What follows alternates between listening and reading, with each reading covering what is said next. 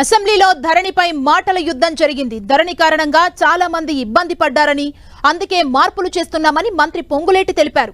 అందులో ఉన్న మంచిని కొనసాగిస్తామని చెప్పారు. అయితే ధరణి కారణంగా ఎంతో మంది ధైర్యంగా ఉంటున్నారని బీఆర్ఎస్ ఎమ్మెల్యే పల్లా రాజేశ్వరరెడ్డి అన్నారు.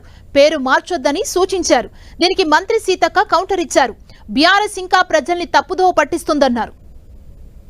అధ్యక్ష, మీ దగ్గర వారు చెప్తున్నాను, ఏ రకంగా జరుగుతుందో అనేది వారు గ్రహించాలా. ఇందాక అన్నారు చూడండి, ధరణిని మేం పెట్టిన దాన్నే వాడుతున్నారన్నారు. మీరేదైతే తొందరపడి తప్పులు చేస్తారో ఈ ప్రభుత్వం అలా తప్పులు చేయాలన్నది కాదు. ఏ పని చేసినా ఒకరోజు మీరు పెట్టిన ధరణిని వచ్చిన తెల్లారి రద్దు చేసే సంస్కారం లేని వాళ్ళం కాదు.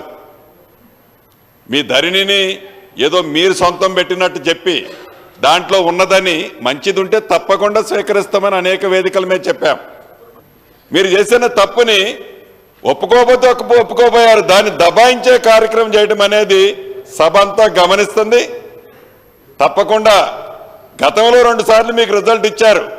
ఇంకా మీరు ఇదే రకంగా ఉత్సాహిస్తే రాబోయే వాటిలో మళ్ళీ దానికి ఫలితం నాకు రాదు, అది మీకే వస్తుంది. మిస్టేక్స్ ఉంటే 1,52,00,000 ఎకరాలకు డైరెక్ట్గా వాళ్ళకి అకౌంట్లో పోతుంటే రైతులు కానీ ఇంకోరు కానీ ఒక మాట ఎందుకు మాట్లాడలే? ఇలా భూమిలో అన్నదమ్ములు పంచుకున్నట్లయితే ఊర్లో ఇలా ఒడ్డు వరం చెక్కే దగ్గర కూడా కొద్దిగా జరుగుతుందా అని చెప్పేసి వాళ్ళందరూ వచ్చి అడ్డు నిలబడుతుంటారు.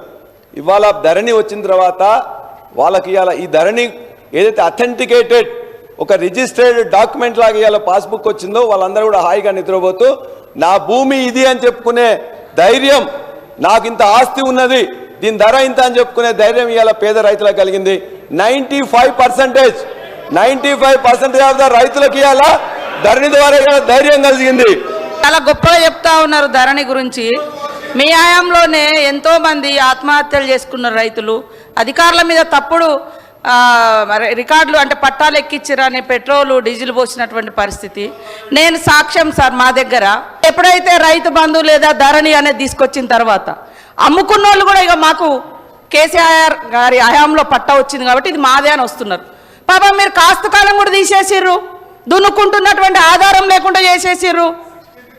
ఇవన్నీ మీరు చేసి మరి అద్భుతం అంటే ఇప్పుడు మీరు అన్నట్టుగా గ్రామీణ ప్రాంతాల నుంచే మాకు ఎక్కువ రిజల్ట్ ఇచ్చారు.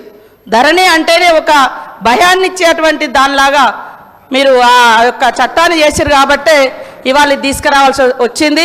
అదే కాకుండా అనేక మంది అడుగుతున్నారు మమ్మల్ని, ఇంకెప్పుడు మారుస్తారు, ఇంకెప్పుడు మాకు ఒరిజినల్గా మేము సాగులో ఉన్నటువంటి వాళ్లకు హక్కులు వస్తాయని. యాక్ట్ తుంగలో తొక్కబడ్డది. కండ్ల ముంగట్నే వందలాది ఎకరాలు వేలాది ఎకరాలు ఫామ్ హౌజులతో కూడుకున్నటువంటి భూమి ఏదైతే భూ వికేంద్రీకరణ జరిగిందో, భూ పంపిణీ వచ్చిందో అది వాళ్ళ మళ్ళా కేంద్రీకృతమై ఒక్కొక్కరు మరి ఏ రకంగా ఫామ్ హౌస్లు కనబడుతున్నాయో అది మరి సీలింగ్ యాక్ట్ కిందికి రాదా?